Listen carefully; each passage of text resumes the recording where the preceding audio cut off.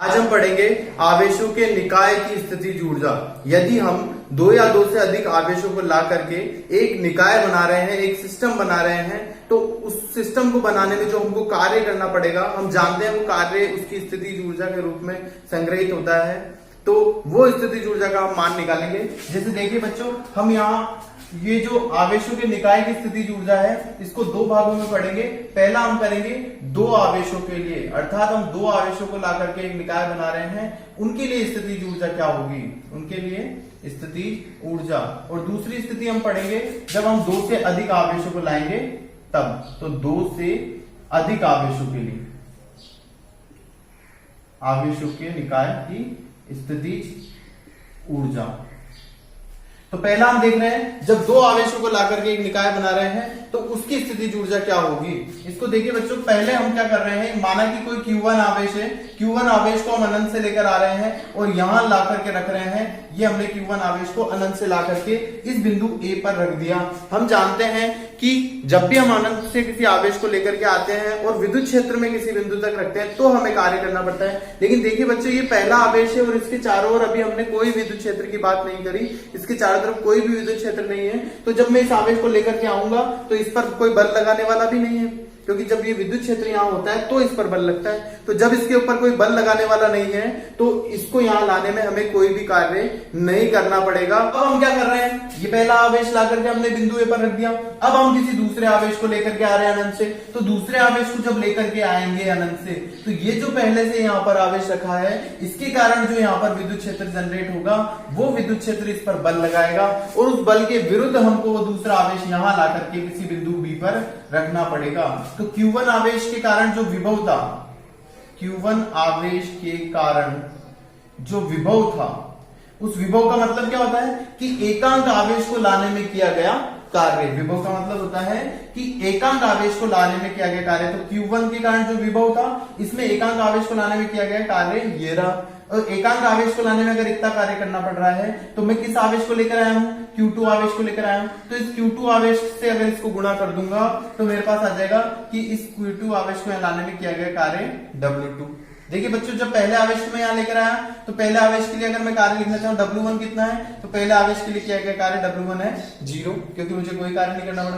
फिर दूसरा आवेश जब मैं लेकर आया Q2, तो मुझे कितना कार्य करना पड़ा, तो कार्य बराबर होता है विभव गुणा आवेश। देखो विभव की परिभाषा हमने देखी थी, V बराबर होता है W/Q। तो यहां से यदि मैं कार्य W का मान निकालूंगा तो ये यहाँ गुणा हो जाएगा, तो विभव गुणा Q।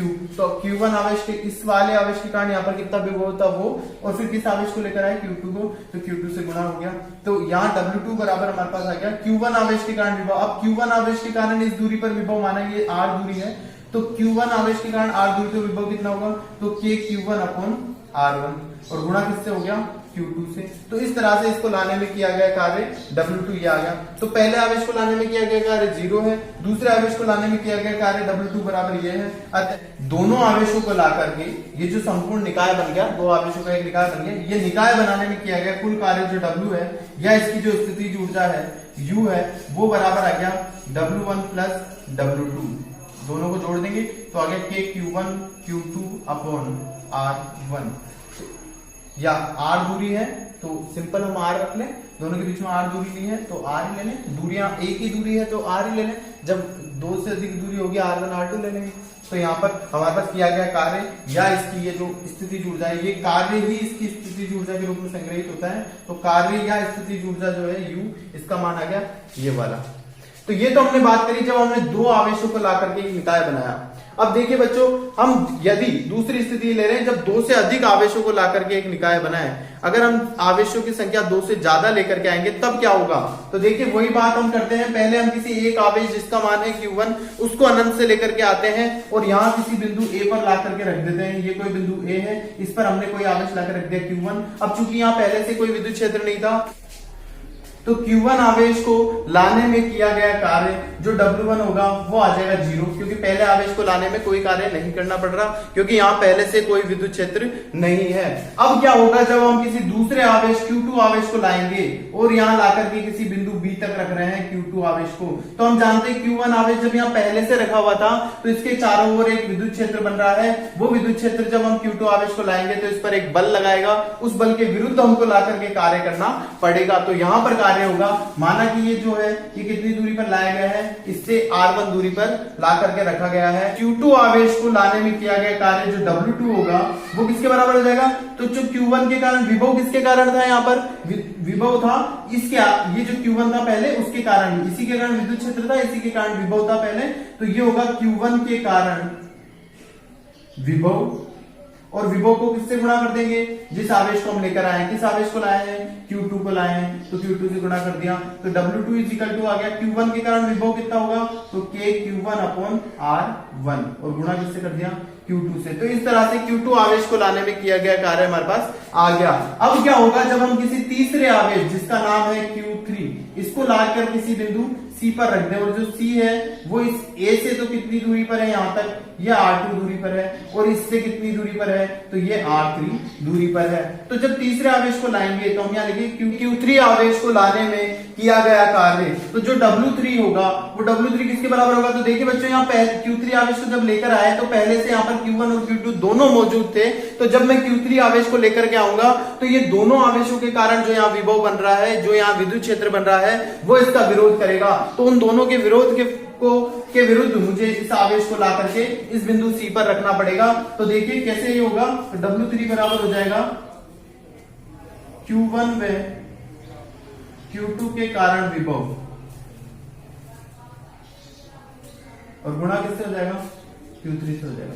तो ये हो जाएगा W3 बराबर Q1 व Q2 के कारण विभव। तो पहले Q1 के कारण विभव कितना है, तो Q1 के कारण इस बिंदु पर विभव कितना है, तो ये हो जाएगा K Q1 से यहाँ की दूरी कितनी है, R2, प्लस अब है Q2 के कारण विभव, तो Q2 के कारण यहाँ विभव कितना होगा, R3 दूरी पर, तो हो जाएगा K Q2 R3, और किससे मल्टीप्लाई हो जाएगा, Q3 से। तो इस तरह से ये W3 आ गया। तो पहले आवेश को लाने में कोई कार्य नहीं करना पड़ा, W1 बराबर 0।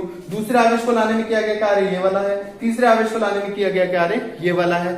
तो तीनों आवेशों को ला करके ये संपूर्ण निकाय बनाने में किया गया कार्य जब हम निकालेंगे तो हम तीनों का क्या कर देंगे, योग कर देंगे। तो तीनों आवेशों को लाकर एक निकाय बनाने में, ये जो निकाय बनाया हमने, सिस्टम बनाया है, ये बनाने में किया गया जो कुल कार्य W होगा वो आ जाएगा W1 plus W2 plus W3।